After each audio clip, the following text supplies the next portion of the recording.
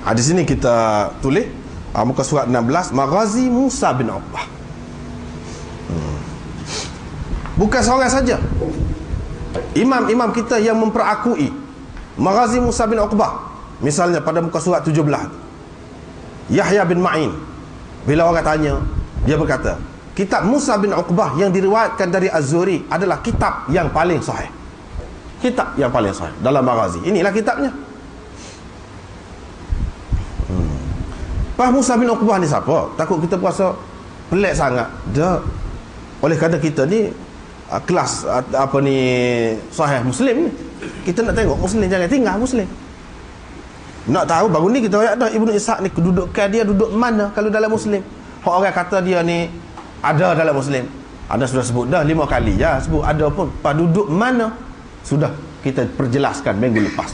Kedudukan Ibnu Ishaq tu dalam riwayat Muslim ni duduk di mana, sudah diperjelaskan, tak perlu diulangi lagi. Sekarang kita nak tengok kedudukan Musa bin Uqbah pula dalam Sahih Muslim. Setara mana kedudukannya Musa bin Uqbah? Kalau Imam Malik memperakuinya, Yahya bin Ma'in memperakuinya, semua ulama-ulama lain tengok dalam Bukhari, sebanyak mana riwayat Musa bin Uqbah, bukan Imam Bukhari riwayatkan secara mu'allaqat ataupun ta'liq, tidak.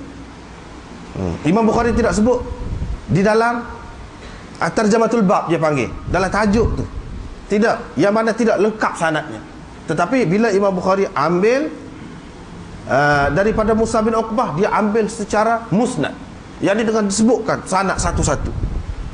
Itu maknanya sanad Bukhari yang kuat, yang dipertanggungjawabkan, yang mana bila orang kata Sahih Bukhari, riwayat Sahih Bukhari, hak itulah hak musnad itu. Imam Bukhari menyebutkan riwayat Musa bin Uqbah secara musnad. Itu dalam Bukhari. Dalam Muslim pun begitu juga. Kita ambil hak baru lah, hak baru kita jumpa dalam jilid yang kita baca ni juga.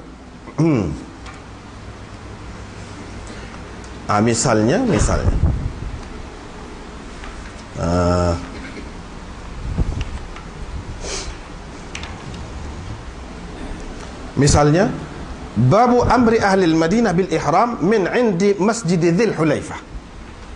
Dalam bab tu, cuba perhati dalam bab tu banyak lagi. Banyak Musa bin Uqbah ni selalu ada dalam Muslim. Lepas tu ada, cuba perhati ni satu contoh, nak ambil satu contoh saja. Babu amri ahli al-Madinah bil ihram, perintah kepada ahli Madinah supaya ihram dari sisi Masjid Dzul Hulaifah. Cuba tengok situ apa dia kata. Wa bi qala hadatsana Yahya bin Yahya qala qara'tu ala Malik an Musa bin Uqbah. Jumpa Imam Malik ambil daripada Musa bin Uqbah.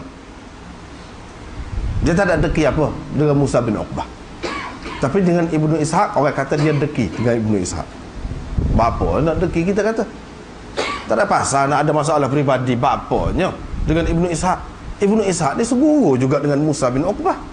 Kalau Imam Malik boleh ambil daripada Musa bin Uqbah, apa dia tak boleh ambil daripada Muhammad bin Ishaq? Dia boleh ambil daripada Musa bin Uqbah. Dia ni ahli sirah. Hadis mula-mula sekali. Hak ni orang panggil hadis usul dalam Sahih Muslim. Hak itulah hak kuatnya. Apabila kata hadis Muslim ni tinggi, maksudnya hak ni, hak dua mula-mula 2-3 ni. Adapun baru ni kita sudah jelaskan, kita sudah tunjukkan hak Imam Muslim ambil daripada Muhammad bin Ishaq tu, hak ujung sekali dalam bab tu. Lepas tu bukan dia seorang, beberapa orang lain yang Imam Muslim sebut sekali dengan dia. Bukan makna Imam Muslim jadikan dia tu sebagai hujah.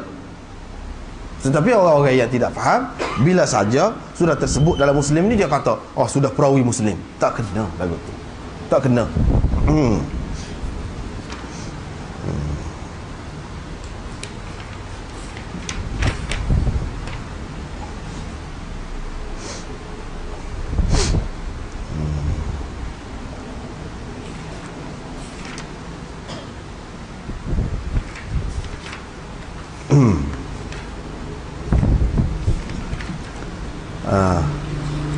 Begitu juga kalau kita tengok dalam bab sebelumnya, dalam bab sebelum tadi, kalau kita tengok dalam bab apa? Babut talbiyah, sifatnya dan waktunya, waktu talbiyah.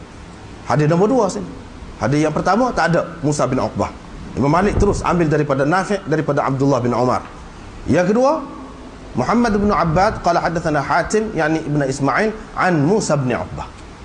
sebut semacam Musa bin Uqbah dalam musnad dia, dalam hadis yang pertama, yang kedua, yang ketiga, hak ni sekitar ni dia mari tengok berbeza.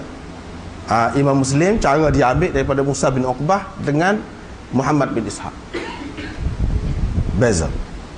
Kalau Bukhari pun lagu tu juga, Musa bin Uqbah ambil bubuh dalam musnad dia.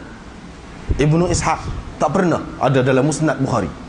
Yang ada ialah dalam ta'liqat ataupun dalam mu'allaqat Sahih Bukhari. Hak tu ramai ulama-ulama pertikaikan lagi, dan mereka mengatakan hak mu'allaqat Bukhari itu tidaklah lebih tinggi daripada kitab-kitab lain. Tidak. Hak kata syarat Bukhari tidak ada di situ. Hak adanya pada musnad dia. Hak tu yang nak ayatnya. Musa bin Uqbah ni pak kitab dia duduk mana? Tak tahu. Tak tahu duduk mana kitab Maghazi dia. Lan ni cakap cari tak tahu.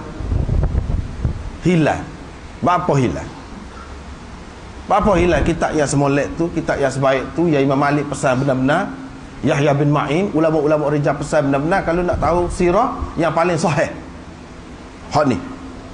Bukan sirah Ibnu Hisham tu, kemudian lagi. Bukan Ibnu Ishaq, dia tak kata tu. Dia kata sirah Musa bin Uqbah. Tapi sirah Musa bin Uqbah ni duduk mana? Itu persoalan. Susah nak cari. Tak tahu lah, tak jumpa, tak ada dalam pasaran, dalam kutubkhanah cakap cari, tak ada. Hak adanya kata-kata Musa bin Uqbah ni, riwayat dia hak ni dia celah-celah kitab-kitab lain. Dia celah-celah kitab lain. Buku dia yang khusus tentang sirah tak tahu duduk mana. Kenapa berlaku begitu? Kalaulah kita baca, sebab tu anda mengusahakan, kalau boleh orang lain pun pakat-pakat usahalah. Bukan maksud anda seorang tidak ada makna. Usaha ni usaha besar. Kita cuba buat usaha-usaha macam ni, buku-buku yang disebutkan tadi. Cuba perhati peranan siapakah yang menyelewengkan sejarah, sirah dan sejarah ni, peranan siapa? Mesti ada. Kalau kita baca dalam perawi-perawi dia tu, orang-orang yang dikatakan oleh ulama rijal sebagai Syiah, mesti ada. Ini bukan masalah kata tak ada dah masalah Syiah lah ni, tak ada siapa dia nak jadi Syiah. Tak. Bukan masalah tu. Benda ni sudah jadi daging darah kita dah.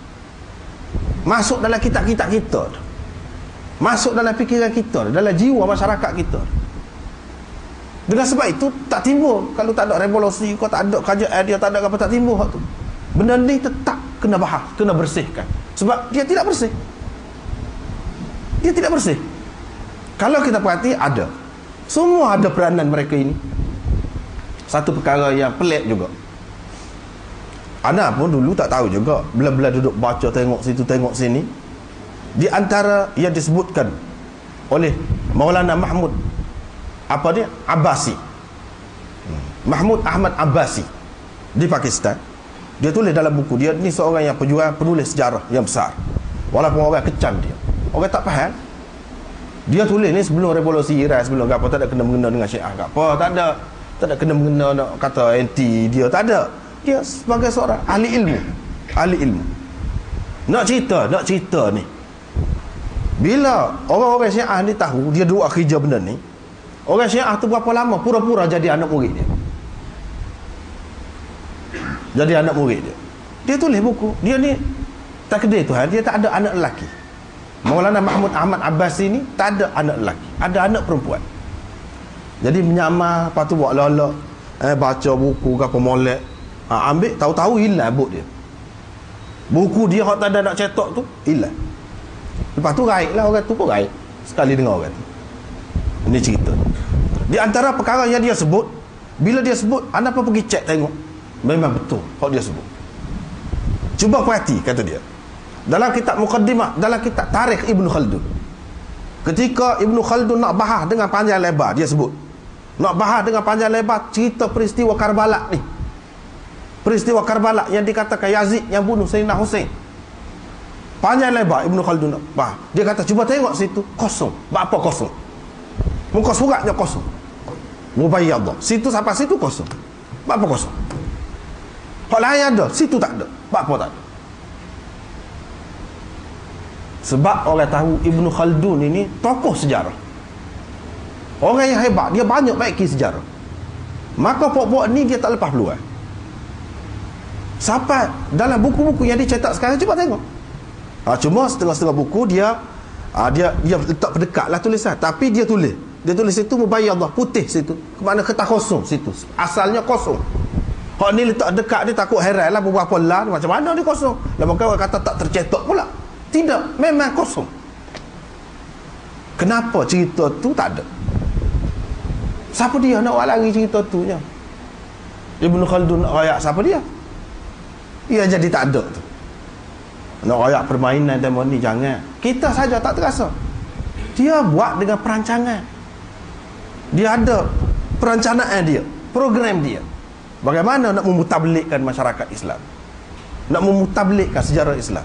Sampai ke situ itulah dia pergi. Kita dah tak ngaji, tak tahu.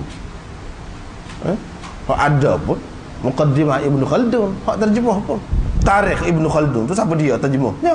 Tak ada terjemah. Tak ada siapa dia tahu, tak ada siapa dia belek. Kalau setara kitab-kitab ni, hadis ni pun orang duk baca semua ni, dia boleh pindah, dia boleh buat. Apatah lagi buku-buku yang seumpama itu. Tarikh Tabari, banyak lagi kitab-kitab yang dicetak di negeri dia. Kita tak tahu dia buat apa dia di celah-celah. Kita tak tahu.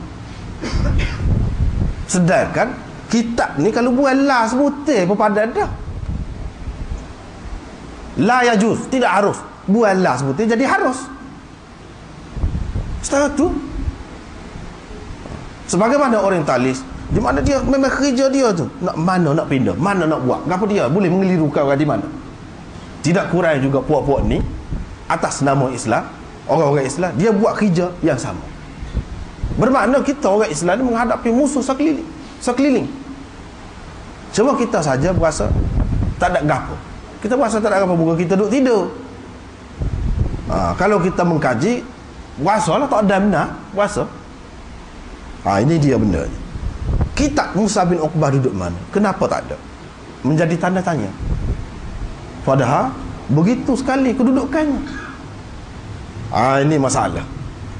Kalau ada kitab tu senanglah kita rujuk. Dah tak ada, nak apa dah? Tetapi nasib kita tetap baik. Kita ada Bukhari, kita ada Muslim. Cuba kita tengok Ibnu Ishaq wayak kata gini-gini tu ada ke dalam Bukhari Muslim? Walaupun kitab Bukhari itu tidak ditulis khusus untuk maghazi dan sirah, tetapi dia ada juga bab-bab dia tu. Bab maghazi, bab sirah ada. Di situ ada ke sebut seperti hak Ibnu Ishaq sebut? Jawabnya tak ada. Padahal kita semua terima Pak Bukhari ini paling sahih. Benda cerita yang sama dia rayak. Cerita sama. Bukhari rayak lagu lain, Ibnu Ishaq rayak lagu lain. Tapi orangnya pakar hak Ibnu Ishaq ni. Tak pakar hak Bukhari. Pasal apa? Pasal Ibnu Ishaq telah diterima sebagai imam dalam maghazi. Siapa dia bubuh imam? Tak tahu. Cuba rayak siapa dia bubuh imam? Bui imam, bui gelaran itu kepada dia. Tak tahu. Orang kemudian ada pun orang-orang dulu tak saya terima. Paling tidak, paling ringan mereka katakan Ibnu Ishaq ni dhaif, la yuhtaju bihi, kathirut tadlis. Dia kata selalu melakukan tadlis. Tadlis ni susuk pucuk. Susuk pucuk. Dia tidak banyak dia ambil daripada siapa? Tu dia ambil daripada orang yang dia tak ada. Apa dia melakukan begitu? Bapa Ibnu Ishaq selalu melakukan tadlis. Kenapa? Tadlis ni sepatutnya dia kena royak orang sezaman dengan dia. Dia ambil cerita ni daripada siapa? Dia tak royak daripada orang sezaman dengan dia. Dia royak tu daripada orang yang dia tak ada pun dengan orang tu. Orang tu mati lama tu. Tu ambil daripada orang tu. Ini tadlis. Sebab apa? Dia takut kalau dia royak orang ada di zaman dia, nanti orang pergi tanya orang tu pula, ya kah?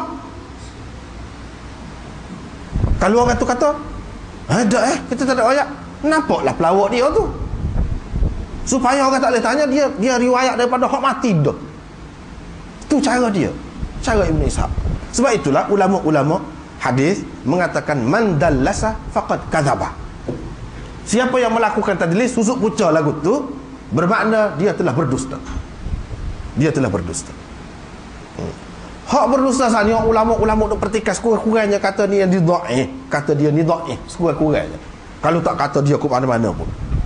Dulu minggu lepas kita sudah bicara dah banyak dah orang ni kata gini, berat-berat dah kata ke dia tu. Kalau kita terima orang hak kata paling ringan pun orang kata dia dhaif. Bila dhaif tak boleh nak buat hujah. Dengan sendirinya tak boleh jadi hujah. Pas kita sekarang ni kita anggap dia tu sebagai gapo yang kita duduk sebar, yang kita duduk baca, yang kita duduk syarah kepada orang ramai. Cerita-cerita yang jelas mari daripada Ibnu Ishaq, tak ada orang lain. Tak usah carilah. Dalam dunia ni tak ada orang lain. Ada setengah-setengah riwayat dia tu, tak usah carilah, letih kalau nak cari orang sezaman dengan dia atau orang sebelum dia. Siapa dia royak? Siapa dia? Tak ada. Nanti kita akan buktikan.